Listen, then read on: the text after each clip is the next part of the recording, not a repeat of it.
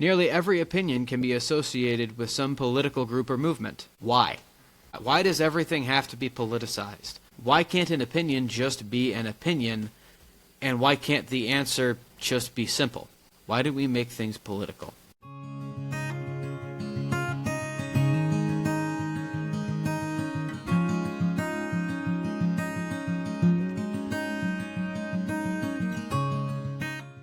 What are we drinking tonight, Ethan? This is a martini, or it was one. I had It about was that one. much of it when we started talking tonight, and we've actually just now gotten to the podcast. So, I typically make my martini rather wet, a 3-to-1 ratio of gin to vermouth. The gin is Beefeater gin, distilled in the heart of London. It's a pretty good one. I will say, take a shot of it and your sinuses will be clear. Okay. And that is a compliment. That is when it comes to gin. That is natural medicine. Yes. And gin has a lot of very, actually, naturally good antioxidants and things that are in it. So I know you can make vodka out of like 20 different things at least, but yeah, what is gin made out of typically? I think juniper, Okay. which is a tree. I think it's made out of juniper leaves. I'm not sure. But it sort of has a cedary taste to it. Okay. It tastes a little bit like cedar smells, so I would venture to say that. But Okay. at the expense of being wrong, what is gin made from? Yeah, juniper berries. Wonder how many other things you can make it out of. Other botanicals such as coriander, citrus peels, angelica root, and orris root are also added to give each gin its unique character. So it's botanical liquor Okay. for all the crunchy moms out there. Gin is botanical. If you Not want that the my wife is the least bit crunchy, but it means something according to the kids. I don't even know at this point. I'm old. I'm 27. I don't know. I hear the kids say, "Oh, the botanicals," and I'm like, "Are you talking about weed? Is this just another word for weed?" Because that's like all I hear anybody talk about. It could mean that. Yep. I don't know. So, well, what I am drinking. Give me my pipe tobacco and my liquor. Well, my pipe tobacco when the baby is old enough for me to not kill him. Yep. If you want the base Catholic version of this, the herbal liquor I could try is chartreuse. Because it's made by a particular monastery overseas, and only 2 monks at any one point know the actual recipe. Oh, it's like Coca-Cola. Yeah. But it is a herbal liquor. That is as much as I know about Those it. 2 monks can never be in the same room at the same time, because if something happened and they both died, then they'd lose the recipe. Maybe. I don't know. I should actually buy some for once. What I am drinking tonight is a very different type of thing. It is called a Brefix, which is brewed by Modist Brewing Company in Minneapolis, Minnesota. And it is a 24-hour breakfast stout, as you can tell perhaps by the image. So, breakfast stout with... 24-hour breakfast stout. that you can have breakfast at any time. Breakfast stout with flaked oats, crystal malt, roasted malt, dogwood coffee, maple syrup, brown sugar, and vanilla bean. So it's trying to be French toast in a can. That's also a beer. Toast in a can, yeah. So, Or which like Belgian waffle in a can. yeah. Now, honestly, when I bought this, kind of the thing that it reminded me of, I mean, looked kind of cool. I was also reminded of one of the best wines, if not the best wine I've ever had in my life, which was that Ignatius Port. That was a limited run by Sovereign Estates up here in Minnesota. Mm-hmm. And to me, it kind of tasted like bread pudding, and I cannot tell you how beautiful that was. It was amazing. I don't know that it's a compliment to say that a beer reminds you of a wine. Well, it's like breakfast and liquor is basically what my connection, but the connection in my head was like, okay, like French toast, bread pudding. There's similarities between the two, a lot. But anyway, it's growing on me a little bit, but I sampled it before recording here, and it was not exactly my cup of tea. It could be yours if you live up here and are willing to buy it. You called it a breakfast stout, and Yeah. the first thought that came into my head was that if you're drinking stout for breakfast, there are several things that have gone wrong in your life that you probably need to address. Depends on the person. Unless you're Irish. Then it's just a Tuesday. Yeah. If you're a But good if you're not Catholic, Irish, or Catholic. Mm-hmm. Irish and or Catholic.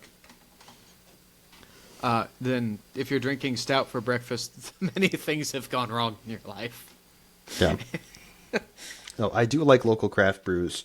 That being said, I would not recommend this unless it was going to be your cup of tea. If you thought you were going to enjoy this, I'd be like, go get a 4-pack. I need to go out Go- and have go more have some fun with it. brews. 'Cause we've got. Let's see, how many actual local microbreweries do we have in this town? I think we have at least two. Two that I know of: Prison Brews and Last Flight. Last Flight is owned by Catholics. They're really good people. We need to go to Prison Brews again. That was a good place. It was, yeah. Next time you come down, if it's during hockey season, we'll go down and watch a hockey game. Yeah. Yeah, I remember that being a good time. So, and to clarify, I'm not saying that this is a bad beer. I think it's a good beer. It just is up your. It's got to be up your alley. Not your So. thing. No, it's kind of like not my thing. I would like pick, generally speaking. Yeah. It's growing on me a little bit, but Yeah, you can kinda like acknowledge a- the good of something even if it does not fit your particular taste. but for a number of people, I think that drinking this would be like Matt Fradd on one of his Peter Kreeft interviews, drinking a chocolate peanut butter porter, and then tasting it and being like, "It's like chocolate and peanut butter and porter. Why would anyone do that?" I heard that in his voice. That was a great interview, by the way. I think it was the second Peter Kreeft one. A very good video That must have been for a couple years ago. for a good conversation that gets the right balance of like just silence and conversation. I think it's yeah, really If good. you can understand, if you can wrap your head around anything Peter Kreeft actually says. I think you can in a lot of ways. Maybe that's just me. I like Chesterton, so Well, that's true. but more people I wish liked that stuff. Yes.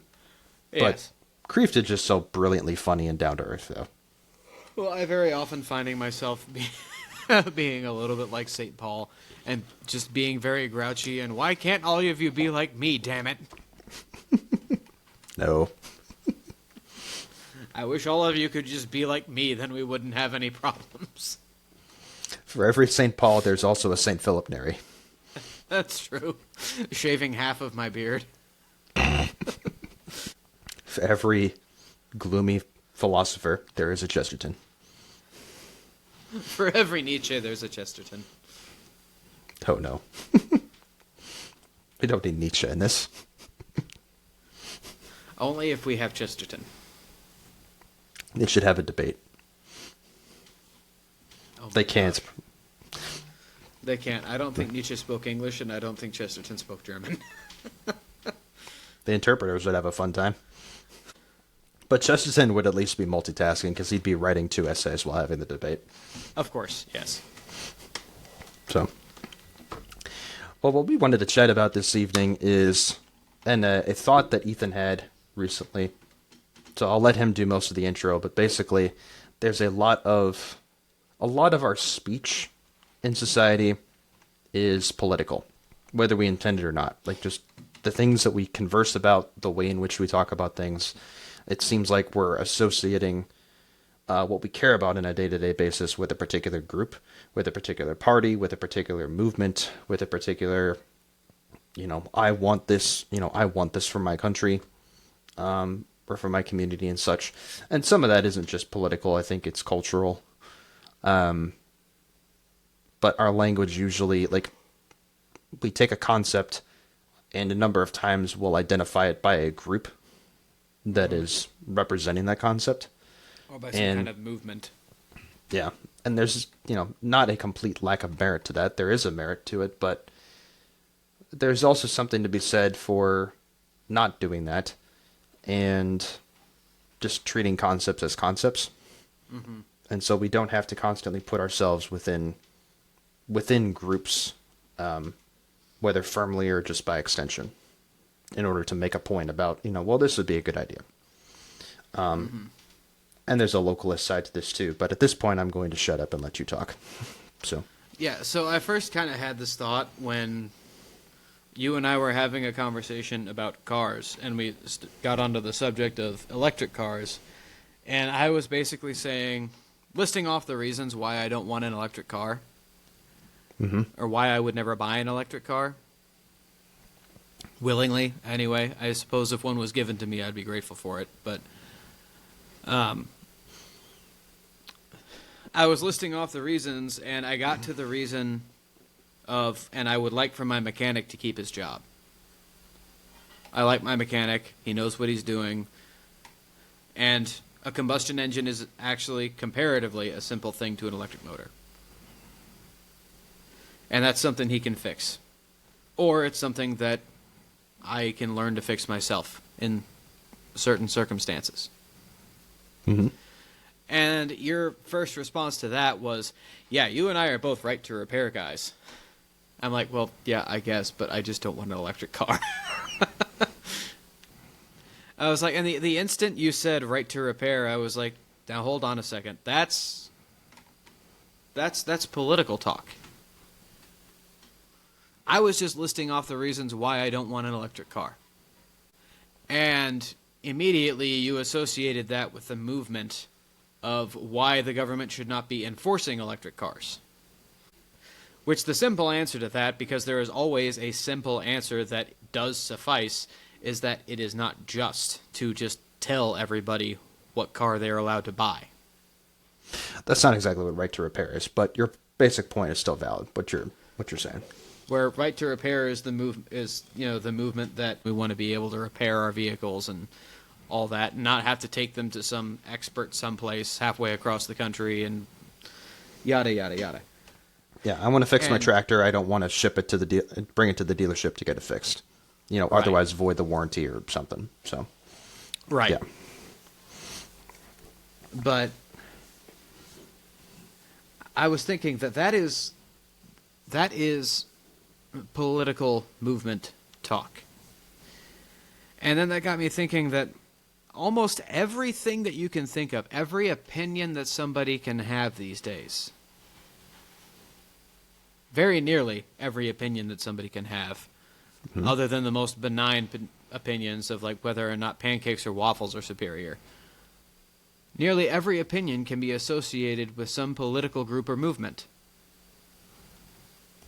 Why? Why does everything have to be politicized? Why can't an opinion just be an opinion, and why can't the answer just be simple? Like, why do we have to put a political label on every single thought, every single opinion, every single take? Why do we have to put a label on every single group, even? Like, just because these people over here happen to share this one opinion, that doesn't make them all this thing. Mm-hmm. Because they may have differing opinions on a number of other subjects. And on a number of other matters. But why is it politics? Why do we make things political?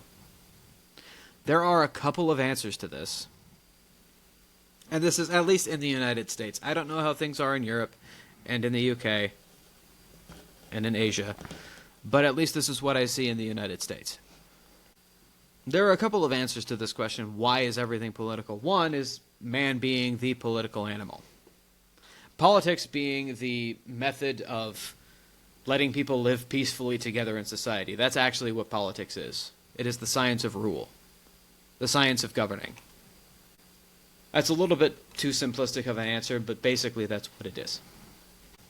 And man is naturally political because man naturally wishes to live in community. Even if you're an introvert, don't give me that shit. Even if you're an introvert, you still need to have friends, you still need to have family, you still need to have community of some kind. Mm-hmm.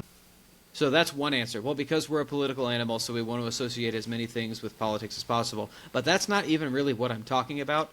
What I'm talking about is that everything being associated with the modern idea of politics, which is not the classical idea of politics that I just mentioned, which comes from Aristotle.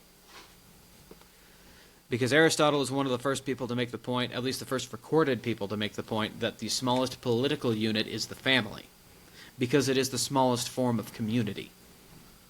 Where there is a clear leader, there is a clear head, there are clear rules and regulations, patterns of behavior, rituals, that its members are clearly defined, there is an obvious border in the walls of the house, all very, very sound reasoning. Yeah, there's a political nature to that. Yeah. By the classical understanding. But what I'm talking about is this more modern understanding of politics, which I don't even really know how to describe it. It's the work of movements and the desires of people and everything being the will of the people and this and that and how to do what the people really want and how to appeal to people and how to get elected and blah-de-blah-de-blah-de-blah-de-blah. That's what I'm talking about, of what movements that you're giving power to. That's the vibe that I get from a lot of this political talk and why everything seems to be politically related these days, politically in that sense. And I think that is because man is a religious creature and politics have become the religion of the United States. Not necessarily the professed religion. We don't really have anybody in the U.S. that is calling himself an Americanist, listing that as his religion. There might be somebody, but I've certainly never heard of him. So, you never have anybody thinking of outright stating or proclaiming the United States to be deified. We don't really have that. We do have other things that are close to that I'll get to. But there is some proof to this. So there's a book which was published in 2006 called Politics as Religion. Mm-hmm. Not politics and religion, politics as religion, by this fellow named Emilio Gentile. No, for anybody that might be Jewish in Washington and watching this, his name is not Gentile, his name is Gentile.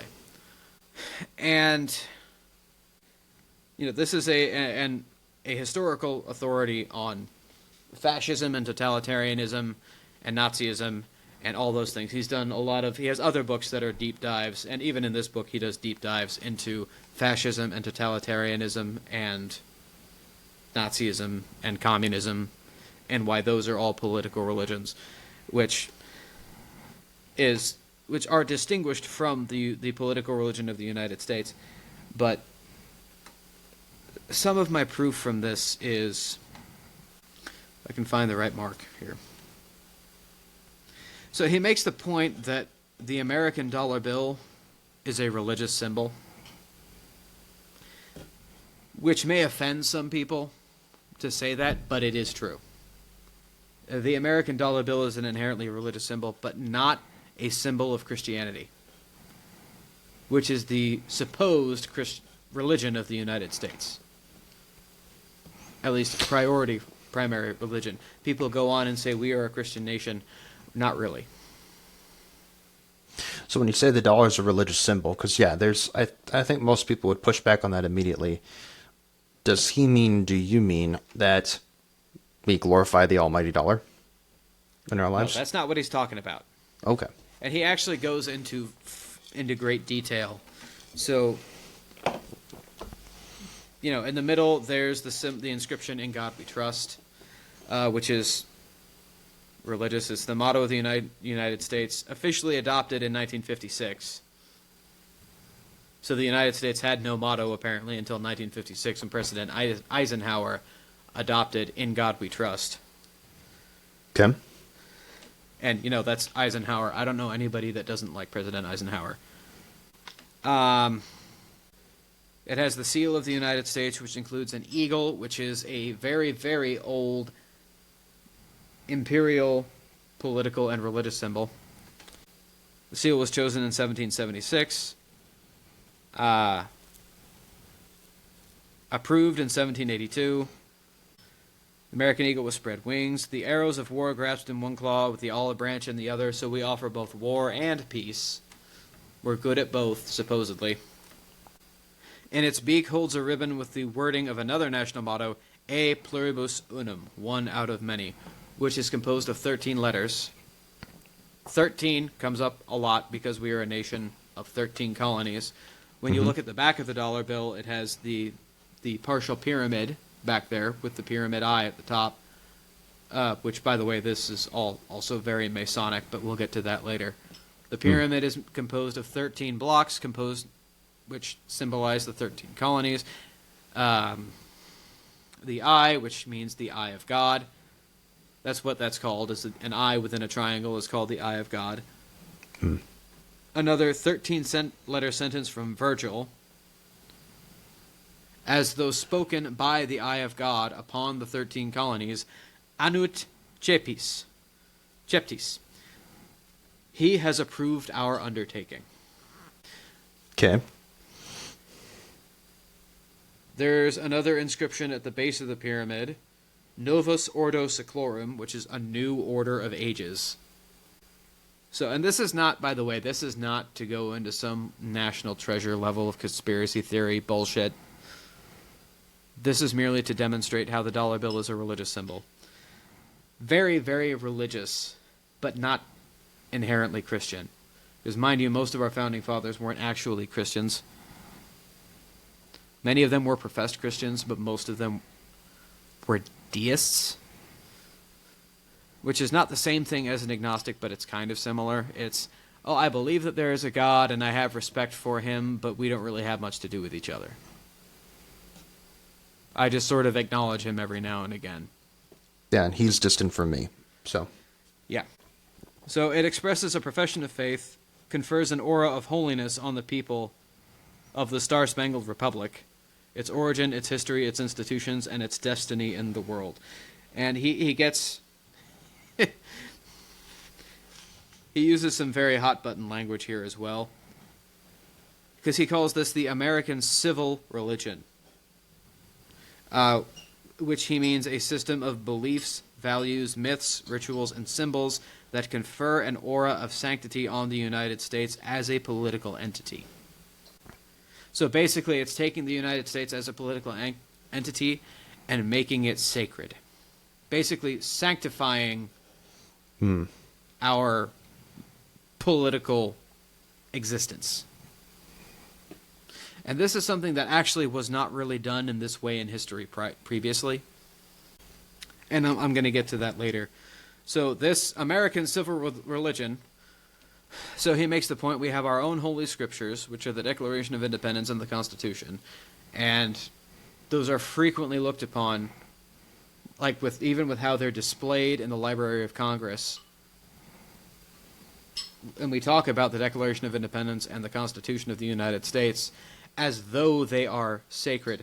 And I even once heard a priest in his homily on July 4th positing that maybe the Declaration of Independence is divinely inspired.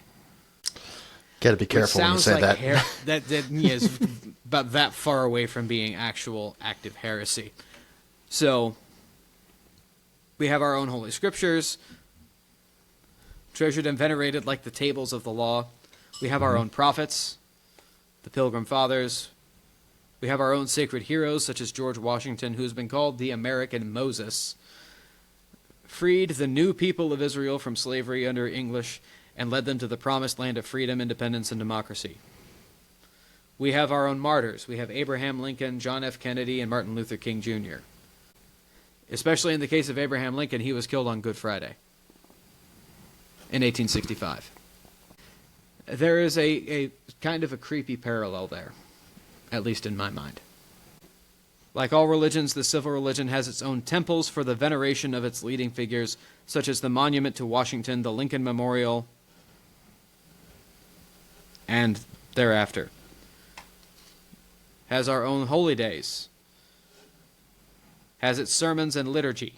The presidential inaugural speeches, Independence Day on 4th of July, Thanksgiving Day, Memorial Day when the war dead are commemorated, and other collective ceremonies that celebrate personalities and events in American history turned by myth into a sacred history of a nation elected by God to fulfill its particular mission in the world. And he doesn't use those words exactly, but when he mentions elected by God to fulfill a particular mission in the world, he is talking about the Monroe Doctrine and Manifest Destiny. And what matter, why do we call it the Monroe Doctrine? The word doctrine is a religious and church word. Yeah, so what you're doing, if I can comment on what you're saying here so far, like initially when you started going over the stuff with the dollar, like a lot of it seems like, just okay, well, this is national symbology, and it makes sense that symbology would not just be religious, like we can have things that are important to us. But as you go on with it, in the way that you describe it, it does become more religious in nature.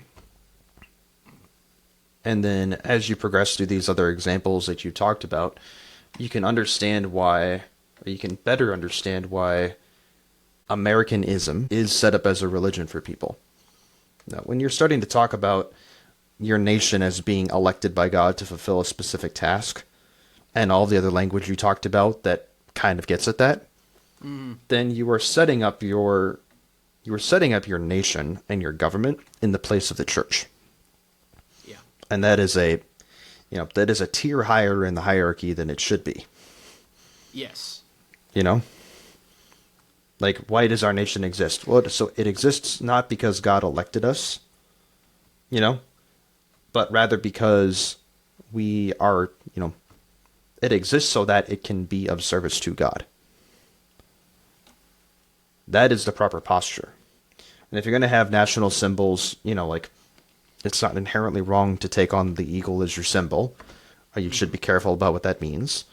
I agree with Ben Franklin. We should have used the turkey. All right, that's fine by me. Although he might have been a little bit more, congenial over the whole, bald thing. But, Oh. You know what? Maybe that's Turkey. how they convinced him. Look, Ben, this eagle is bald like you. Oh, okay. That's okay then. I think the argument that turkeys have beards are cool, therefore it should have been our symbol is enough. But, I'm with that, to be honest.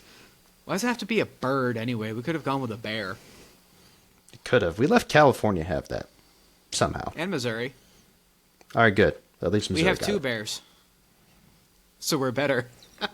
Okay. What's better than one bear? Two bears. Two bears. But yeah, it's the state is set up in the place of the church. So, and when you think about what is the identity of an American, you could say that this is just speaking on a high level, my own observations. You could say that we're a Christian nation. There are a number of Christian values that are here that were part of the founding of this country. I think even there you need to be careful about that. But I don't think of it fundamentally as a country that is designed to serve Christ. I think of it as a country that is designed to serve itself. And we do all know, at least those of us conservatives know, that quote of John Adams that happens to be the favorite of every single conservative and Republican in this country, that the United States Constitution was formed for a moral and religious people, and it is unsuited to any other. Thank God for John Adams, because I don't know that any of the other founding fathers really shared that opinion. And yet he says the Constitution was founded for that, so could there have been more of the founders that adopted that view? It could have been because that was the world they were living at the time when they formed it. Okay. Which is why there are parts of it that are not as specific as maybe some people would say they ought to be, because other things were just sort of implied. But there definitely is an influence there, though, of, I think man was made Adams may have been referring to the fact that it was a moral and religious people that inhabited the United States at the time. And those were the people that the Constitution was created for. But it is not suited for any other. Yeah, so in That his it is mind... not suited for anybody outside of the people it was created for. Well, we are a different people now. We are. Yeah, I don't know what the Founding Fathers were like, but, I mean, definitely the way it is now. I mean, I don't think you and I are that much different from people back then. But there are a lot of people that are most certainly not the people that the Constitution was written for. Yeah. So even if what I'm saying is wrong to one degree or another about the Founding Fathers, like, fine, fair enough. It's true today. So. Yeah. Yeah. And when I reference this book, what I'm talking about is what Gentile refers to as the sacralization of politics. And that's really what this entire episode is about, is the sacralization of politics. So, and he refers to politics at this point, he refers to a religion of politics in the modern era. He says, by a religion of politics, I mean a particular form of sacralization of politics that has occurred in the modern era after the political realm had gained its independence from traditional religion. Gaining its independence, meaning that we have now killed God, essentially, or we have set him off to the side. Yeah. But man always needs a God to worship, so who will fill that void?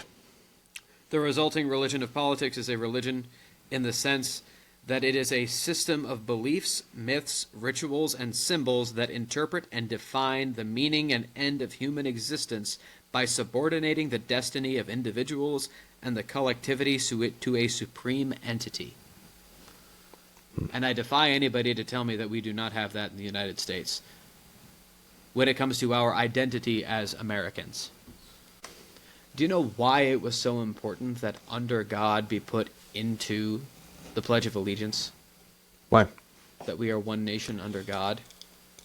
Because when you have school children standing up every day, as they have been doing since the late 19th century, saying, I pledge allegiance to the flag of the United States of America and to the republic for which it stands, one nation, indivisible, with liberty and justice for all.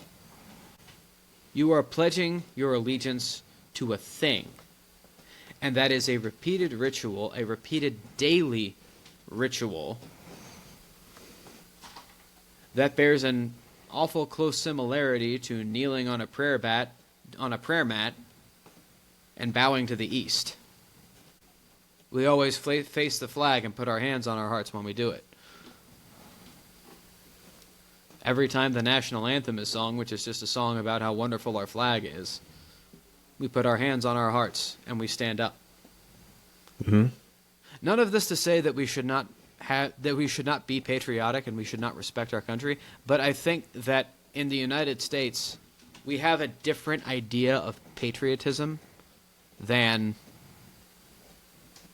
people have had before us, or at least what patriotism looks like. The virtue of patriotism is actually just a love of your country and a love of your people.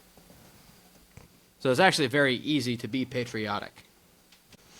You don't necessarily have to be flying your nation's flag 24/7 in order to do that. And even around our flag in general, there is a specific flag etiquette which you and I know because we're both Eagle Scouts. If you put the American flag next to literally any other flag, it is always on the left. And if you put the flag on if there are 3 flagpoles and the one in the middle is tallest, you always put it in the middle, on the tallest flagpole. It's always elevated over the others. But if they're all the same height, you always put it on the left, because we read things from left to right, and it has to go first. It is folded in a triangle, because that's the shape of John Paul Jones's hat. Not John Paul Jones. That's the shape of an admiral's hat. So we fold the flag in the triangle, which, by the way, we're the only country that does that. Really? That folds our flag in a particular manner. Everybody else, I think, just folds the flag up into a square. Or a small rectangle. And individual state flags are folded up that way, but not our U.S. flag. That one you fold into a triangle, and you better not let it touch the ground. And if you fly it at night, it has to have a light on it. And you better not fly it while it's raining. We treat our flag with more respect than every other nation does. Our national symbol. We as Americans treat our flag with very near the same level of reverence that we as Catholics treat the Eucharist. It never touches the ground, and it always has to be the center of attention. And one is a colored piece of cloth which symbolizes the great country I live in, and one is God himself. Exactly. So which one is actually greater, and which one actually deserves the greater reverence? By an infinite amount. I will state this publicly. I will trample an American flag to get to a tabernacle. If I have to. Mm-hmm. There's only one option there. Yeah. There is only one choice. If I have to choose between my country and my God, I will choose my God. Because you must choose your God. Because I must.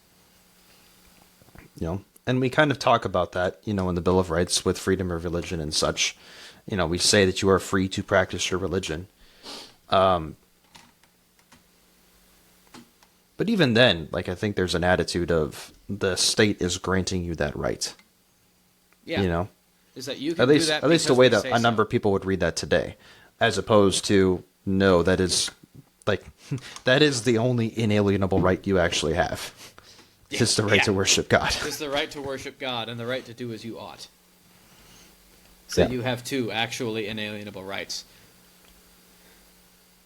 So the Declaration of Independence is also kind of bad philosophy. We do have the right to life. We have a right to be alive because God created us. That is true. Liberty? Yes, under a certain definition of liberty.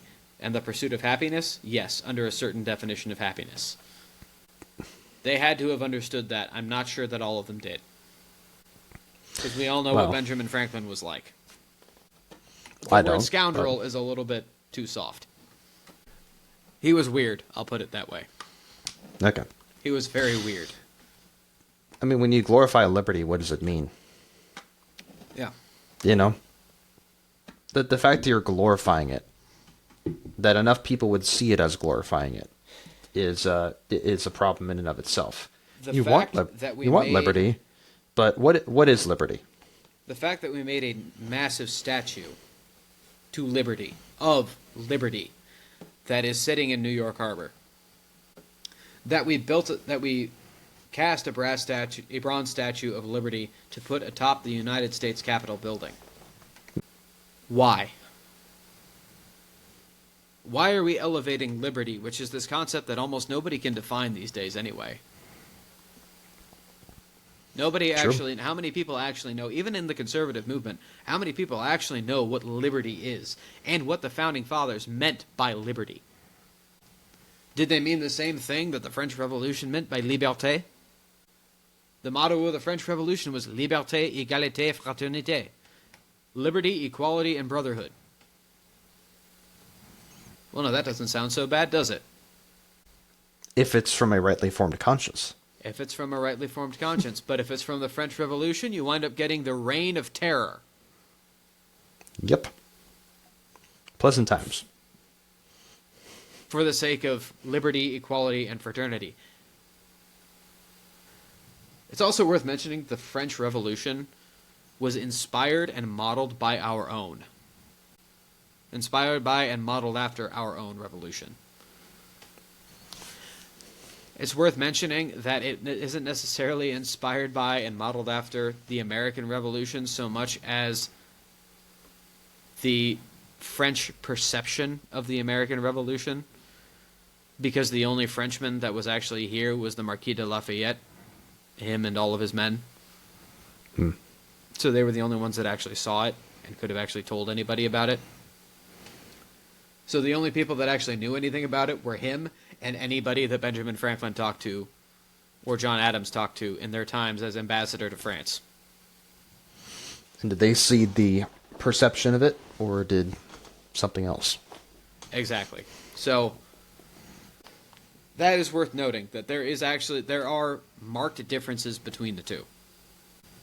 For one thing that our revolution and our founding fathers have over the French Revolution is that our founding fathers actually do acknowledge the one true God. The French Revolution just completely threw it out. They threw him out the window, and they elevated Lady Reason and turned her into the goddess of France. And basically created an intellectual, rational paganism around her. And did a whole bunch of other like really weird days, like imposing a 10-hour day and a 10-day work week. Yeah, tearing down all the statues, renaming all of the streets. Does this sound familiar, by the way? Tearing down the statues, renaming the streets. They tried to redo the calendar.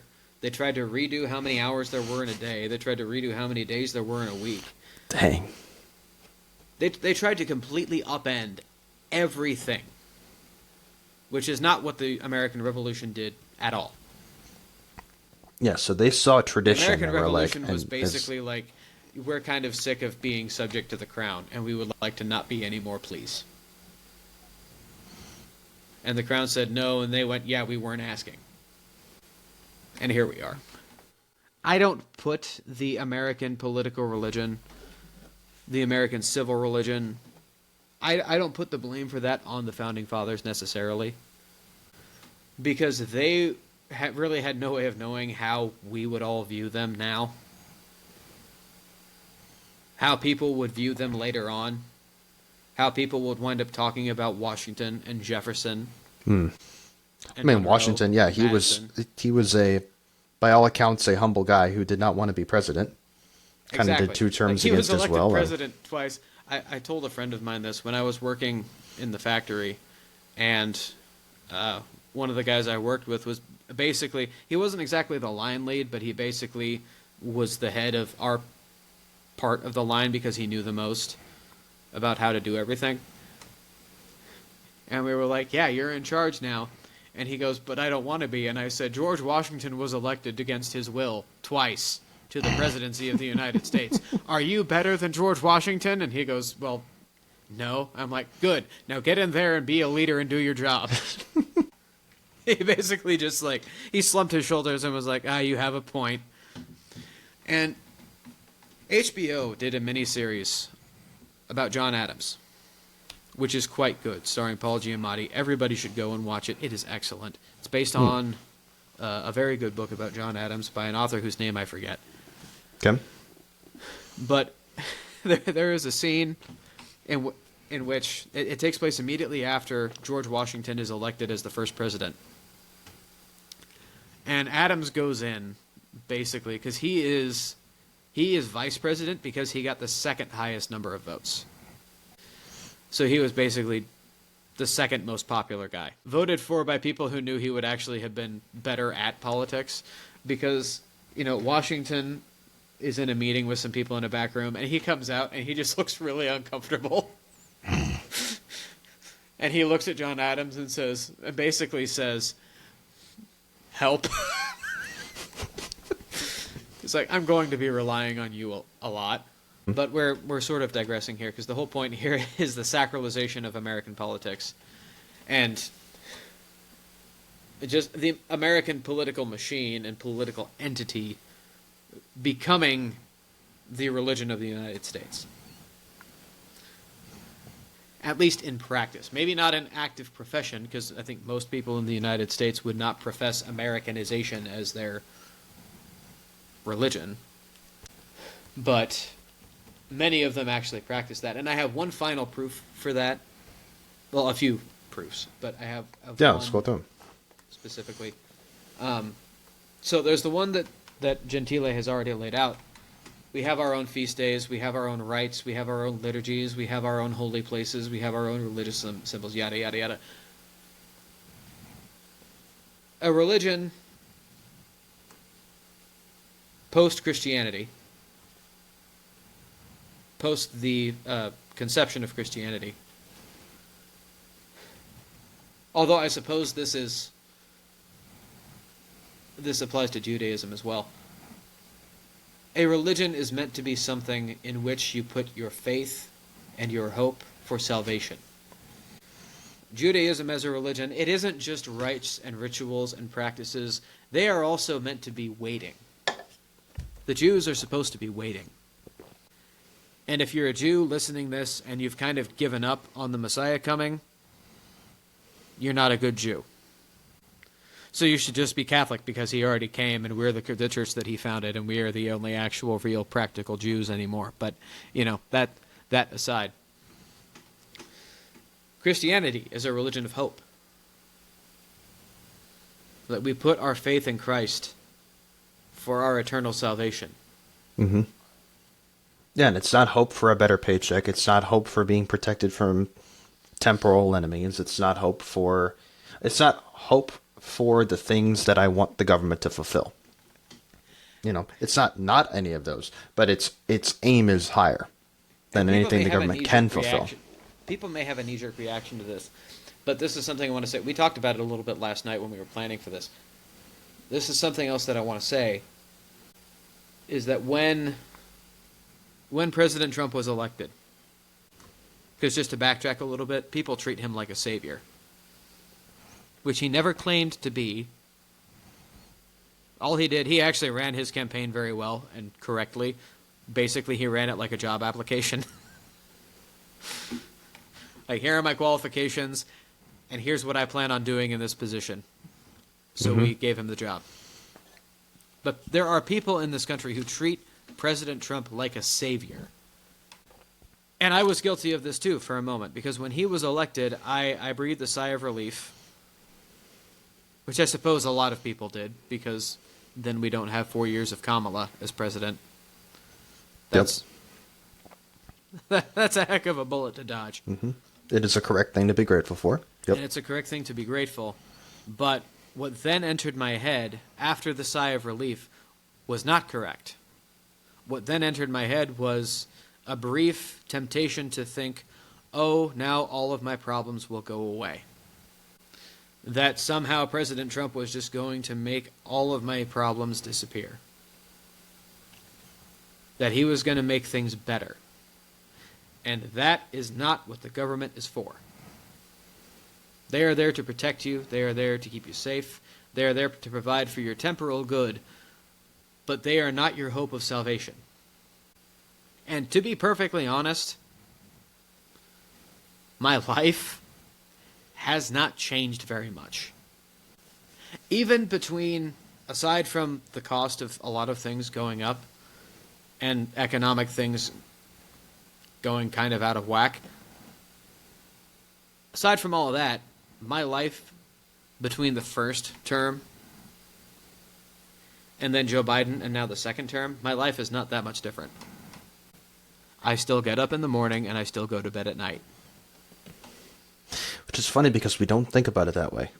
Like we don't would, think about it that way. But our problem is that we're so focused on the national when we're not focused on the local. We're so focused on the things that we hear, the things we're told, as opposed to the thing you can actually control and fix, which is you and your family and your community. Like, that should occupy so much more of your headspace than it does. And the federal government should occupy so much less of your headspace than it does. And I'm guilty of this too, both this and that reaction to Trump that you had before too. I mean, there's that sense of hope. There's that sense of this is going to be amazing. A lot of things are going to go right. Maybe you don't fully believe that. Maybe, you're like, of course, but he's still going to have his problems and such. But yeah, I'm guilty of that too. Basically, it's what do you actually put your hope in? What do you put your faith in, and what do you put your trust in? And if your answer in that is, well, I actually do put all of my faith and hope and trust into Christ, then good. This is not for you. What I'm asking people to do is actually sit down, do a little bit of introspection, and think about what they've actually been putting their faith and hope and trust in. I'm guilty of it too. Like, I mean, my own version of this, I look at the stock market way too much.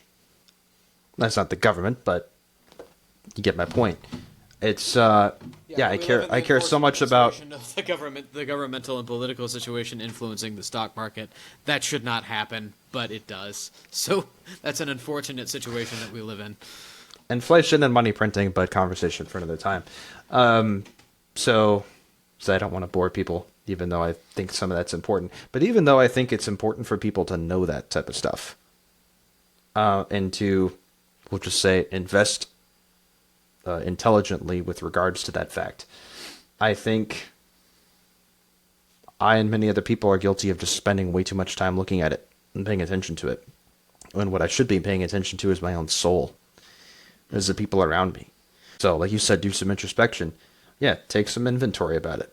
You know, one of the most uncomfortable assignments that probably anybody's ever given me in college, if applied to a cross-section of the population, it would be, was in one of Dr. Bungham's classes where we just, you know, you have 168 hours in the week, you're going to log how you spent each of them. Whether in prayer, in work, in leisure, in whatever the categories were, and what you did. That's eye-opening. Yeah, sometimes that sucks when you look back. Yeah. When you log your hours, even for a single day, when you log your hours, it may make you feel sick. Yeah. And it may make you feel sad and pathetic. But you know what? It should. If I just think about the last 12 months of my life, if I just think about the last year of my life, I'm like, wow, I have wasted so much time focused on the things I did not need to focus on. Yeah. You know? Can I improve from that? Yes. But step one is acceptance and recognizing there's a fault, right? So, and one of the many things in which we over-focus on, that we over-sacralize, is the government. And just the political situation in general. Yeah, is our country, or is down to the level of, like we opened this with, everything has its own movement. My opinion is associated with some movement that is happening on a larger scale, and that is how I define my life. It's like, no, I don't need to define my life that way. And how often do people look for that one solution that will just somehow fix everything? That one pebble in the water that will send out a ripple that will just fix every single thing. Like, oh, if this president gets elected. Oh, if this law is passed. Mm-hmm. Or, oh, if this happens, or if that happens, or this happens. No, you just need to get your shit together. Yeah, there's no sure way to find a bad solution than to have that mentality. Get your shit together, and then live that way. That has to happen first. People are doing things in the wrong order. If your shit is together, then you will vote for the right leaders. If your shit's not together, if your shit's together, then you will vote for the people that will help you keep it together. Or who will not just deliberately louse it up for you and everybody else that has your shit together. If your shit's not together, chances are you are going to vote for somebody who is offering to get it together for you. Mm-hmm. Because you don't want to put in that much effort. I'm reminded of a comment that I've said this on the podcast before, but that comment from George R. R. Martin. What was Aragorn's tax policy? Who the hell cares? Exactly. It doesn't matter what his tax policy was. You know why? I know it was good because he was a good man. I know it was just because he was a just man. Therefore, making a just and Tolkien king. Did the smart thing by emphasizing that he was a just and good man and good ruler. And we can infer from that. Yep. So what do I need to do? I need to be that just and good man. Be a good and just man. Which means my headspace is there. Not, what did Trump do today? Oh no. Or oh yes. Whichever side of the aisle you're on. Like you said, your life hasn't really changed much. So one of the movies that Genevieve and I have watched recently that is better than I think people give it credit for, and people will laugh when I mention it, is The Scorpion King. I know I've heard of it. Add it to the long... It's The Rock's first starring role. Okay. Dwayne Johnson's first starring role. Definitely very early 2000s action movie. In kind of every sense of the word. Barbarian fantasy. Okay. That sort of thing. But among the last lines of the movie is an exchange between Dwayne Johnson's character, the Scorpion King, and Michael Clark Duncan's character, who is another king. And the exchange goes, live free, rule well. Yeah, that's perfect. But when it's mentioned before, because this is also true, at the beginning of the movie, it's The Rock's character and his brother, and it's live free, die well. Because that's also true. What's if you funny live is with true freedom, then you will die well. But if you also live with true freedom, if you're given rule, then you will rule well. and what's funny is that line's actually not that good unless you're a Catholic. Yeah. Unless you're oriented properly, because it requires a proper definition of the word well. It winds up being better than it was intended to be. Yeah. And I'm like, well, this actually... That's not a bad movie. Basically, the entire point of the movie winds up being... because the entire goal of the movie is he's seeking revenge over this king who has taken his power by being the strongest in the land. Well, when he kills that guy, he is therefore the strongest, therefore he's the king. But the point is that, like, if the guy who has taken power is a good man, then he will rule well. Just perfect. And that's good. Mm-hmm. That is a good. So, again, But that requires, kind of off on again, a tangent. well, it's not necessarily a tangent, because, again, it requires the right definition of the word well. It requires what makes a good man. You have to have that rightly oriented. And then to have that rightly oriented, your ruling capacity cannot be your God. The symbology of your government cannot be your God. You're directed to something higher than yourself. You're directed to someone higher than yourself who dictates what is good, what is well. And so the government is given its proper place. It is not sacralized, but it is directed in service to the one who is given that level of reverence and worship. It should actually wind up being the opposite of how we as Americans think of ourselves. That we as Americans think of ourselves as, we are a chosen people, we are ordained by God for a specific purpose in the world, when, yes, it was kind of against all odds that we managed to win the revolution. But also when you think about it, how many resources was England actually willing to spend for 13 upstart colonies across the ocean? Like, how much did the crown actually care? They were limited in what they could afford, because they're the global empire. King George III did actually care. They were the biggest empire in the world. Mm-hmm. But they're still going to be limited in the amount of resources. They're not... People talk about the American Revolution like as though the British Empire spared absolutely no expense. Yeah, not true. And sent literally all of their men to us. And we still whipped them soundly and sent them across the Atlantic with their tails between their legs. That's not what happened. Yeah, we should, by all rights, we maybe should not have won. But the reason that we won was because the majority of our rebels were hunters. Men who were used to shooting from a bush, from behind trees. And the English were not used to that. So when we don't actually, and actually when you look at it, the battles that the United States fought, according to traditional methods, we lost badly early on in the war. When we tried to meet the English on their own terms, we lost badly. Where we completely whipped their butts is when we just started ambushing caravans in the middle of the woods. Think of the Patriot. When Mel Gibson and two 10-year-olds managed to kill 10 redcoats by themselves. That's not just necessarily how good Mel Gibson is in that movie. That's also just how hard it is for the British to fight that way. Yeah. You gotta train for it. So, there are practical reasons why we did win. Because the English were not equipped for guerrilla warfare. The English were not equipped for just every average Joe to step out of his farmhouse and point a gun at you and shoot at you. Mm-hmm. They weren't used to that. They're used to everybody folding like a napkin the instant they roll up from the front door. So they're not trained that way. The English come at us with a little bit of arrogance, and they aren't actually able to totally regroup from the initial shock of that by the end of the war.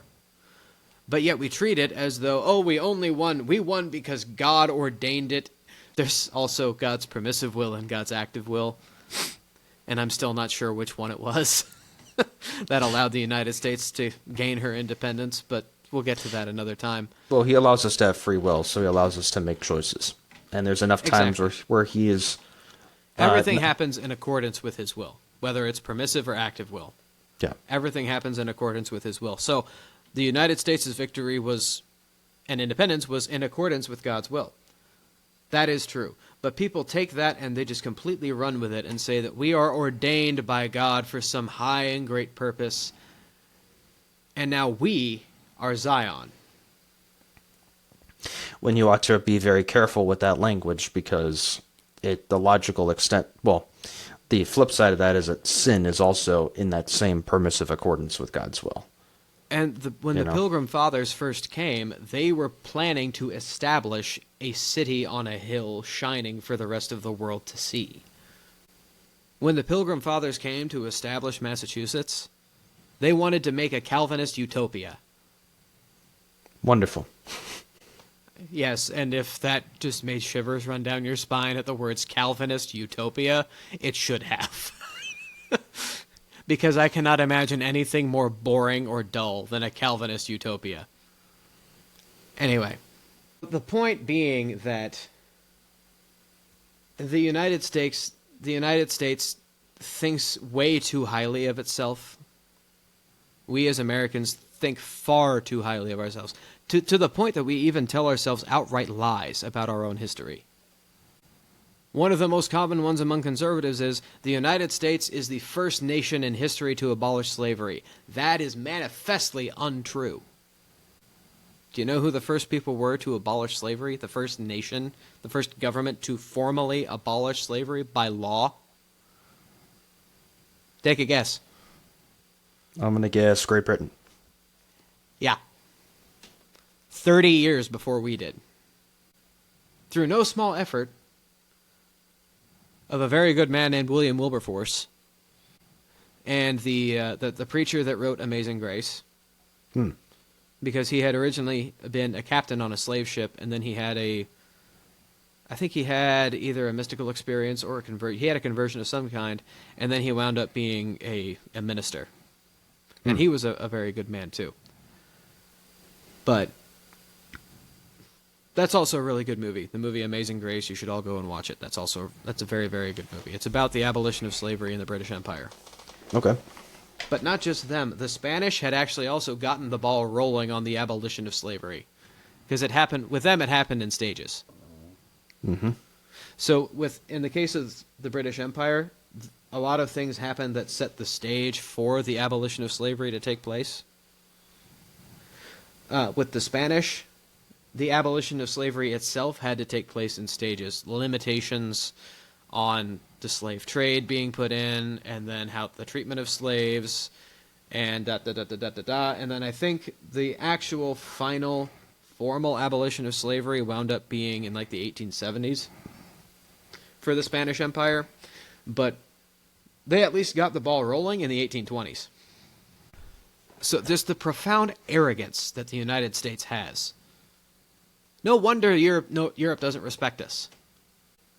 Americans go overseas and we expect everybody to speak English.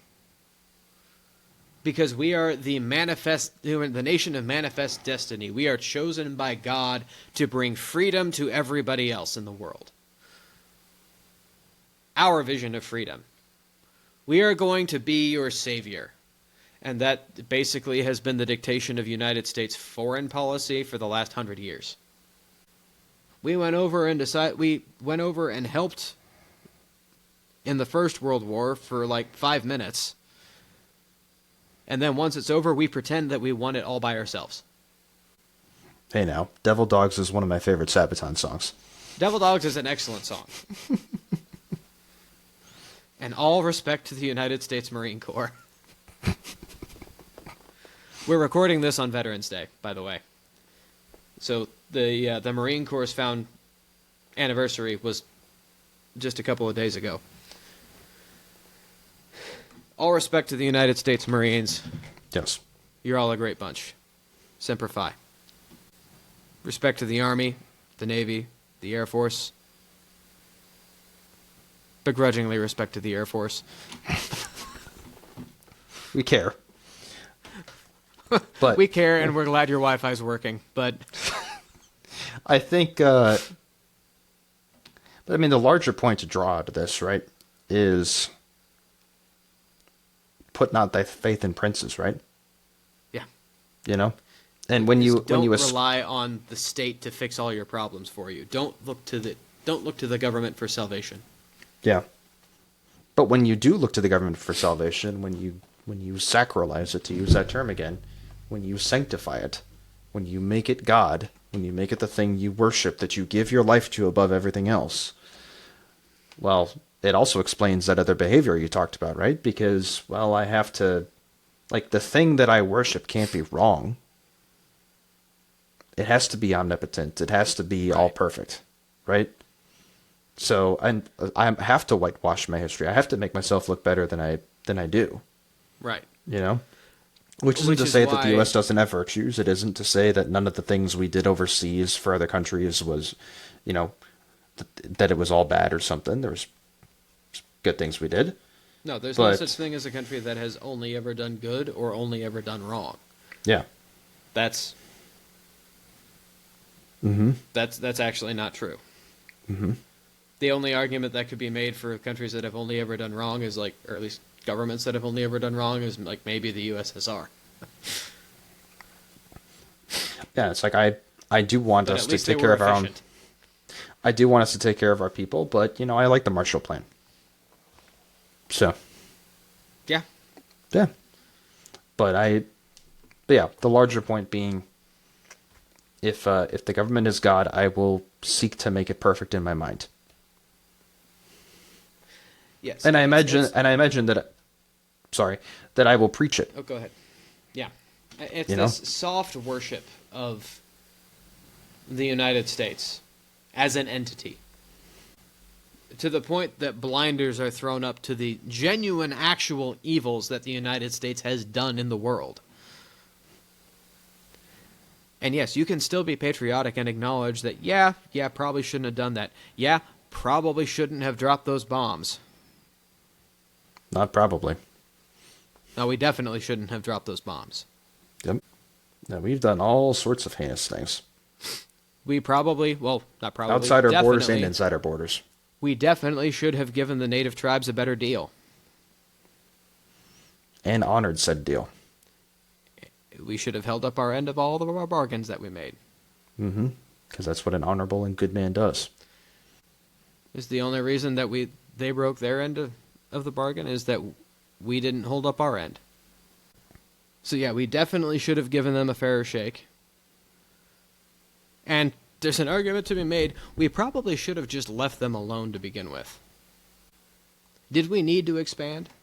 Did we need more than 13 colonies? Did we need to buy territory from Napoleon? Now maybe he needed us to do it because he needed the money. Because he was trying to fight a war with everybody at the time. Yeah, well, what right did he have to the land anyway? So, and no, this is not a, land reclamation must happen. No. Bullshit, so.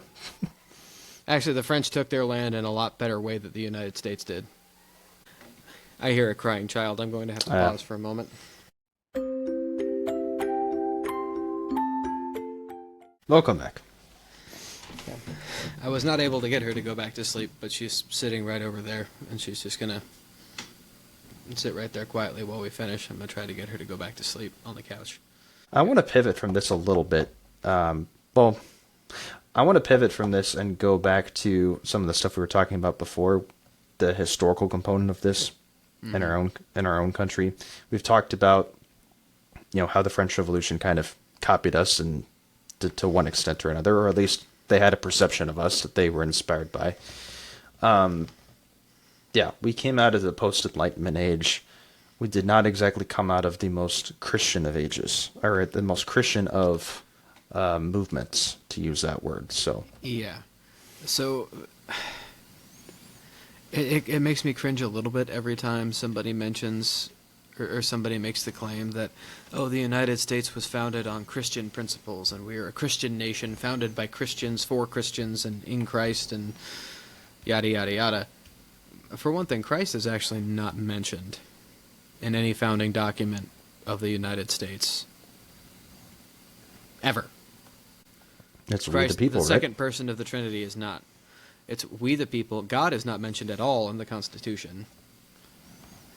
And the Declaration of Independence only makes a vague reference to their creator.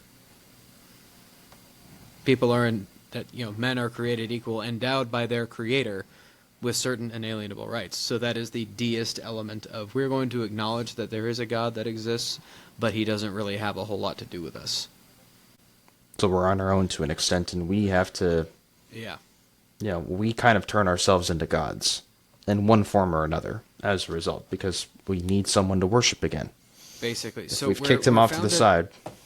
So we're founded on basically immediate post-Enlightenment thought. And anything post-Enlightenment is dubious at best. Right? Any way of thinking is dubious to begin with. Mm-hmm. If it comes out of the Enlightenment. And a lot of our founding fathers, Benjamin Franklin in particular, looked up to men like Rousseau and Voltaire as heroes. And basically as almost as minor deities themselves. Like Voltaire's tomb was a place of pilgrimage for a long time. For a guy who wasn't anywhere near as smart as he claimed to be. But he was this great Enlightenment thinker. And even Benjamin Franklin made several pilgrimages to Voltaire's tomb. So we kind of have to wonder and take into account a little bit the fact that we are a nation founded on post-Enlightenment principles and philosophies by men who were a minority Christians and professed and practicing Christians. Most of them were deists and Masons. Even a lot of those who were professed and practicing Christians were also Masons. Because I think Washington was a professed Christian of some kind. Honestly, don't know. But I'm not positive. But he was very much a Mason.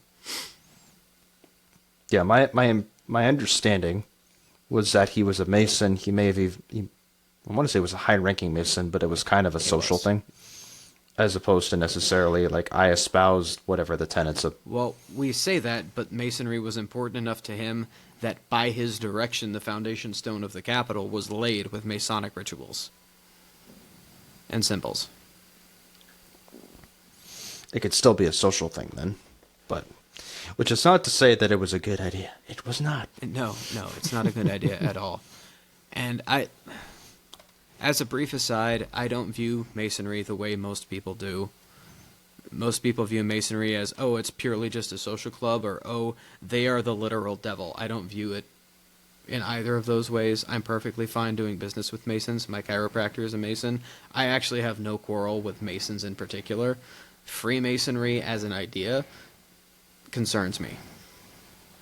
And there isn't really any... I haven't seen any primary source or formal confirmation to what we as Catholics get told constantly, that the purpose of Freemasonry is to undermine and destroy the Catholic Church, ultimately.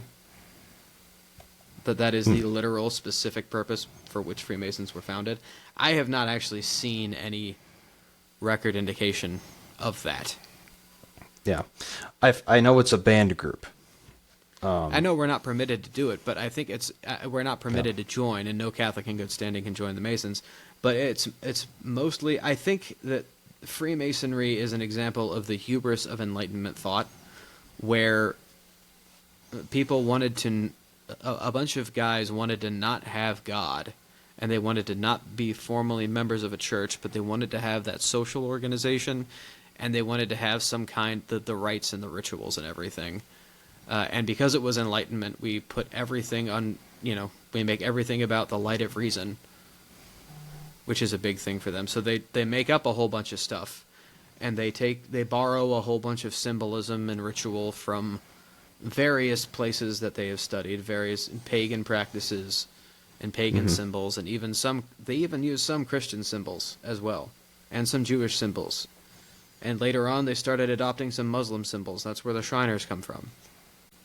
I don't know. I think the dangers of Freemasonry more come from unintended results of it, rather than from a bunch of guys getting together someplace in England in the 18th century and going, let's see, how can the five of us form an organization that will completely dismantle and take down the Catholic Church? That's fair. Yeah, it didn't have to be for that motive. It wasn't necessarily for that motive. I actually believe them when it comes to their foundation, but I think it was just they were messing with powers that they didn't understand, and that they actually thought were frivolous and not really a thing. It's one of those things that was done kind of either ironically or purely symbolically that wound up having very serious implications for a lot of people. Makes sense. But anyway, that's my aside on the Masons. That's my view on them. I've not been proven really in either direction. I just know as Catholics we cannot be both Catholic and Mason and Masonic at the same time, for very clear reasons. But it is. Yeah, so this goes into the foundation of the country. Yeah, it is worth noting that Masonic rites, Masonic ways of thinking were deeply rooted, which are not Christian, were deeply rooted in this country's founding. And this sort of rationalist enlightenment, things are just symbolic, we continuously see that throughout the early and even much later history of our country. Mm-hmm. Look at most of our national monuments and memorials. Not necessarily the war memorials, because the Vietnam Memorial is fantastic, where it's a wall that lists the names of all the men that died in that war. And the only statue there is a statue of three men. One is white, one is black, and one is Asian. Because their race didn't matter, because they were American. Their blood did not matter, their ethnicity did not matter if they were American. That is fine. The World War II Memorial, where every star represents 20,000 men who died. You know, our memorials and our monuments of the wars that we fought are mostly fine. The big ones that I'm talking about are, let's say, the Lincoln Memorial, which was deliberately modeled after the Temple of Zeus. It's an interesting choice. Where Lincoln takes the place of Zeus. Abraham Lincoln, a former president of the United States, just a man, is put on the throne of the King of the Gods. Why did we do that? Is it this, we just wanted to make sure that it was big and important. We wanted to make it look big and important, so we thought of the biggest and most important thing that we could. Yeah, but why a pagan temple? Even if you believe the history you probably learned about Lincoln, it doesn't make sense. It's a dubious choice. Do you think that's what he would want anyway, from what most of us believe about Lincoln? Probably not. Should we be putting any man, regardless of how good of a president he was, should we be building massive statues of him to put inside what is effectively a temple? It is the type of thing that deifies the man. Before people start saying, well, it's not a temple, it's just a memorial, it only looks like a temple. If it looks like a temple, if it smells like a temple, if it's treated like a temple, it's a temple. And even just what the symbols themselves mean. The Washington Monument is an obelisk.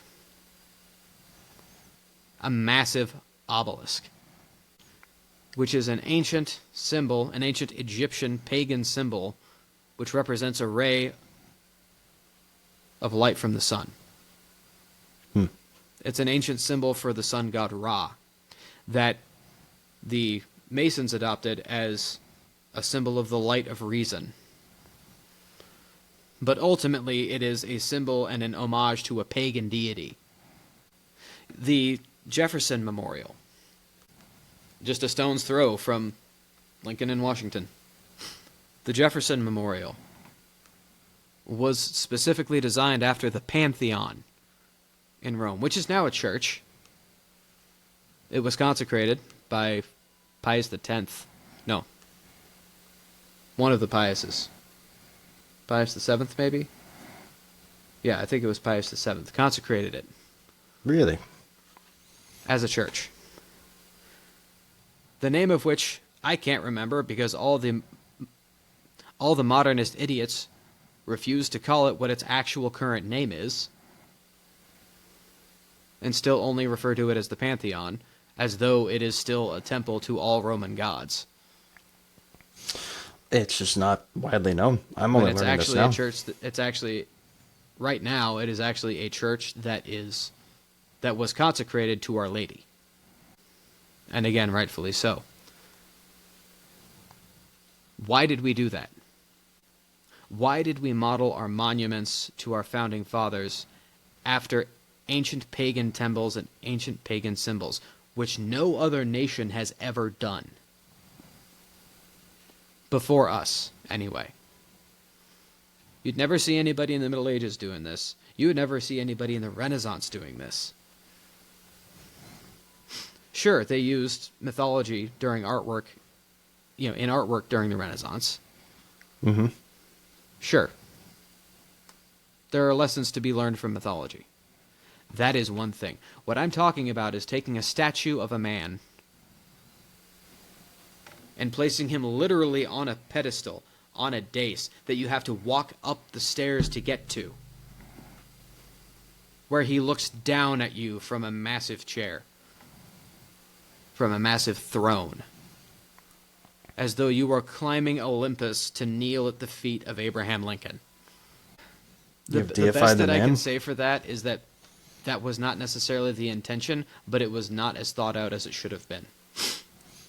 Which is fair, and that's proper grace to give to it. But yeah, the end result is you have deified the man, and you have deified the government that he led, and after he led, you deified the country. I also blame Protestantism for this,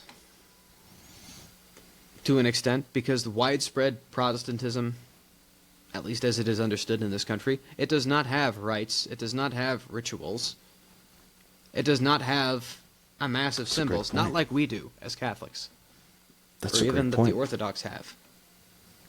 So, but still, man craves that. Yeah. Man deeply desires that, so he goes looking for it elsewhere. So then what does he do? He starts elevating men who maybe shouldn't even be elevated. It could not be said better. You have to go find it somewhere. So, when you don't have your own symbols, what do Protestants have? They have a cross. And that's about it. Because they've decided they can't have any graven images of any kind.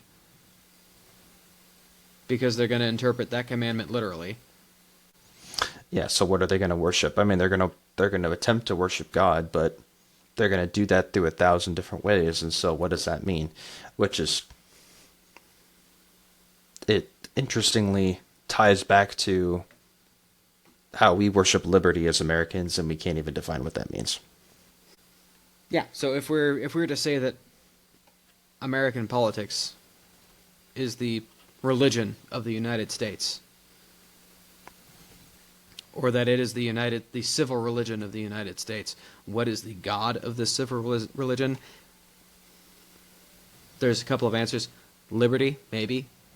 Even though, again, nobody can define what it means. But she's apparently important enough that we built a statue of her. Actually, we had a French mason build a statue of her that we just stuck out in the middle of New York Harbor. And apparently she's important enough that we built a statue of her to put atop the Capitol building of the United States. And it matters a lot what we put on top of our government buildings. How do we crown them? Any building in general, it matters a lot how you crown it. So our United States Capitol building being crowned with this rationalist depiction of liberty This so native that's woman facing west, looking towards the expansion, looking towards our future conquest. That was intended from the start. That is what liberty desires of us. That is what our goddess demands. So that is what we will do. And that is what she has ordained us to do. And that is what the Almighty, whether we can argue whether or not they actually are referring to the one true God when they say that, or they have some concept of some great watchmaker who just kind of set the world in motion and then had nothing else to do with it. Or it has been preordained by the Almighty that we shall go and conquer, and we shall rule from sea to shining sea. That is an eloquent way to say it. There is a difference. Again, this is why I constantly point out the difference between God's permissive will and God's active will. Yes, it is in accordance with God's will. But does the United States exist, and does the United States have the power and the influence that it does because God allowed it or because God desired it?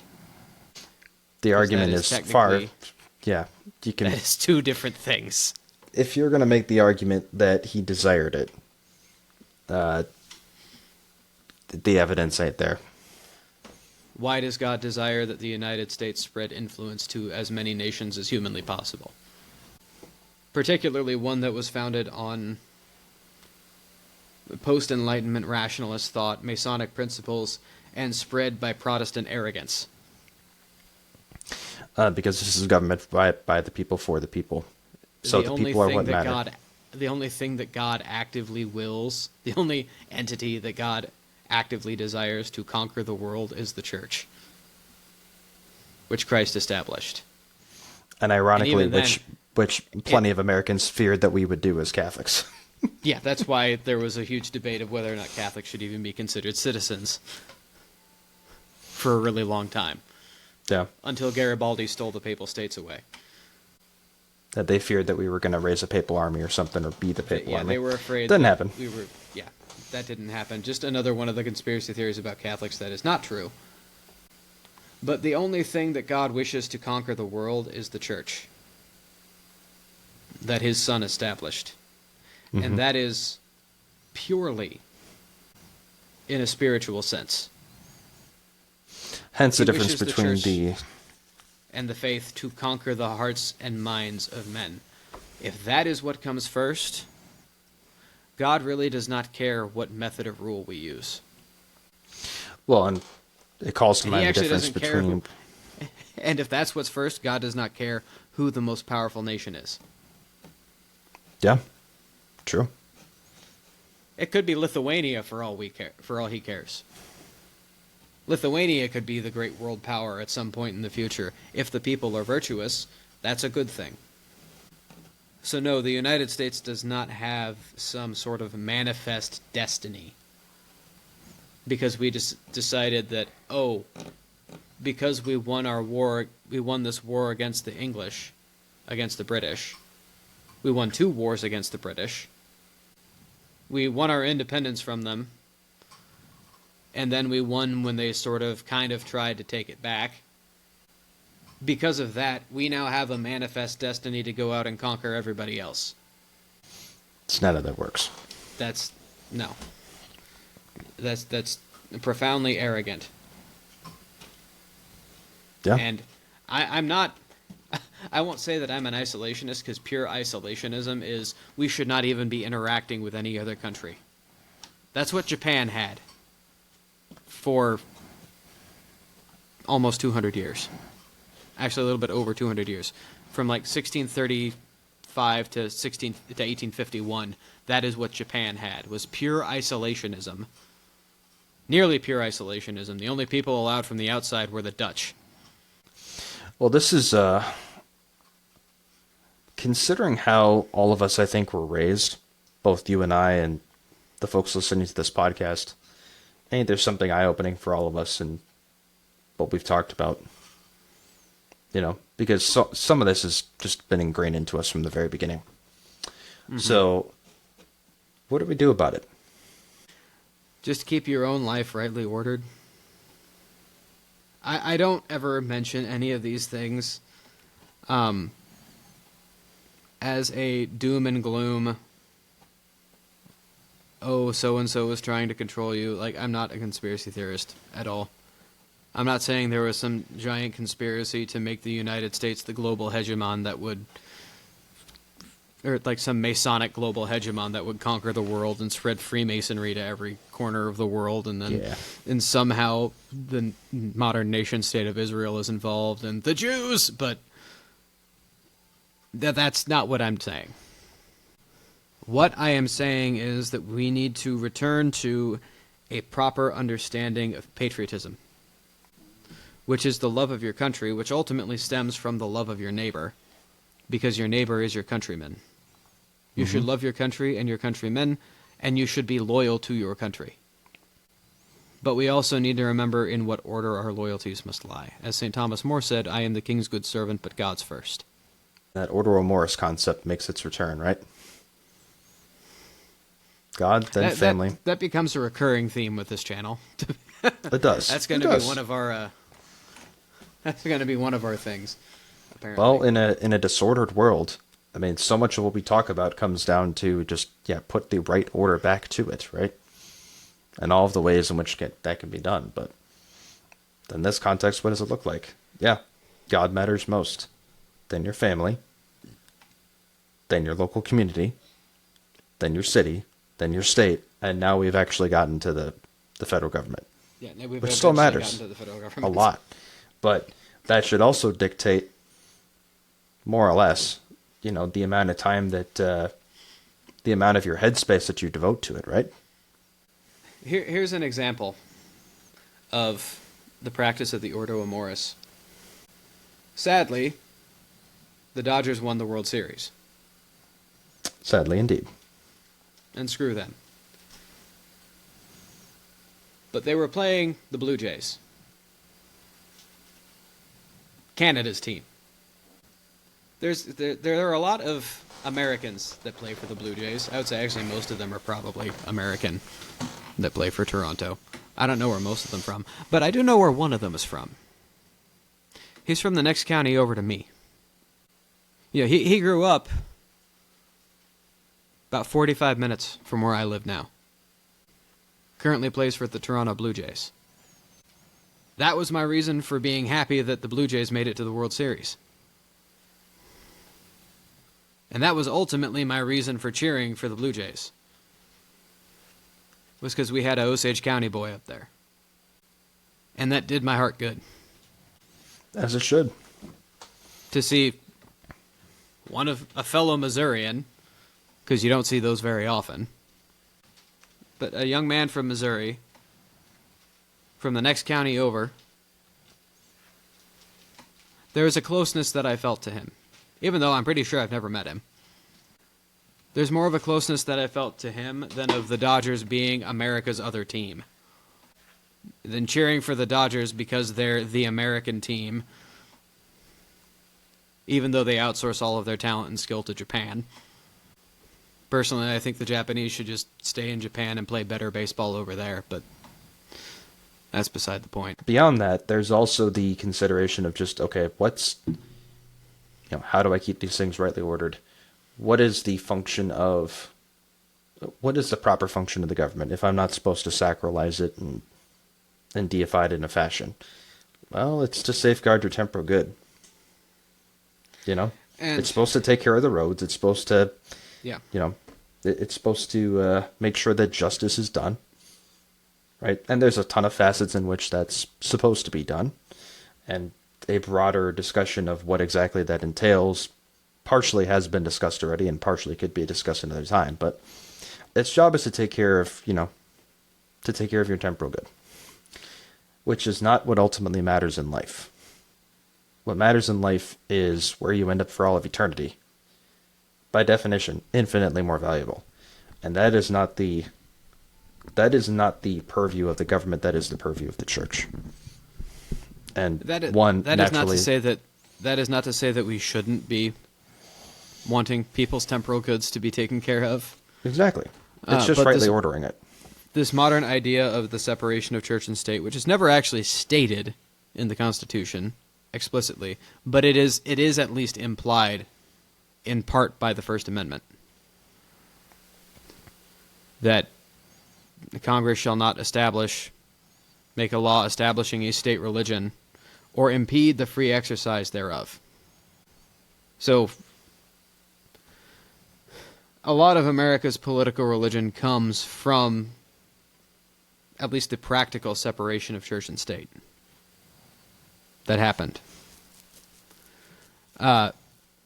Which really the only actual separation there is a separation of powers and duties. Like we were just talking about, the state secures the temporal good. Mm-hmm. What is the state's job? To make sure that your city is safe and that your buses run on time. And that your roads are good. That's basically it. Roads and borders, that's the job of the government. Which is why Rome lasted so long, because in general, the Romans actually understood that was the job of the Roman government, was just roads and borders. Unless it sounds like we're libertarians, we're not. No. So. Because we have higher goals than smoking weed and watching porn. Yeah, the government does have a bigger role than they would give it. It does, and the government has a stake in and a motivation to encourage virtue in the population, which governments should do, at least according to Aristotle. They should be encouraging virtue, because that is ultimately what secures the common good, is when you have a virtuous population. Yep. But the church and state are not supposed to be separate, as in there's like a wall in between them, and they're not ever supposed to interact. Like states over here, churches over here, blah, blah, blah. They can interact. But the state has the purpose of the temporal good, and the church has the purpose of the eternal good. The church is there to safeguard your soul and make sure you get to heaven. So if you can only follow one, go with the church. If you are Catholic listening to us, be a Catholic American, not an American Catholic. Good way to put it. Live your life within your country the way a Catholic should. Don't live, be an American as a Catholic. Don't be a Catholic as an American. Because I have a whole other rant about that sort of idea that we'll probably have to save for another time. Perhaps. But in short, Americans have this idea that we get to tell the people in charge what to do, which even in the context of American politics we don't, but we're stupid and arrogant, so we think we can. So American Catholics tend to impose that on our own church leaders. Yeah, like you said, if you can only go with one, go with the church. Like St. Thomas More said. We'll set it to death, and we're not going to stop anytime soon. It's about rightly ordering your life. What matters most? Focus on what matters most. And you should be worshiping God, not the state. As a result. In practice, not just in declaration. Here's a good example. We have a lot of people who say, "Oh, I'm a Christian. I go to church on Sunday." Yeah, and every other day of the week you make sure that you're caught up on the latest political news. To who is your God? Is it the one you're doing the bare minimum for, or the one you're putting in the most effort for? Yep. The reason we got in this mess is because, in practice, people worship the state and not God. Do we worship God, or do we worship liberty and ourselves? We, the people, have the power to choose. Therefore, we decide the course of history. And we decide the course of the government. So we are God. And we do everything for the sake of liberty. And democracy, which is another word that nobody understands the meaning of anymore. Even though there is no democracy at all in the founding of this country. No. It's a representative republic. Representative constitutional republic. Between Athens and Rome, we far more closely resemble Rome. And we are starting to resemble the Roman Empire more and more and more as history goes along, which is kind of scary. But, that's what happens. A bit. Just a bit. Yeah. Worship the right person.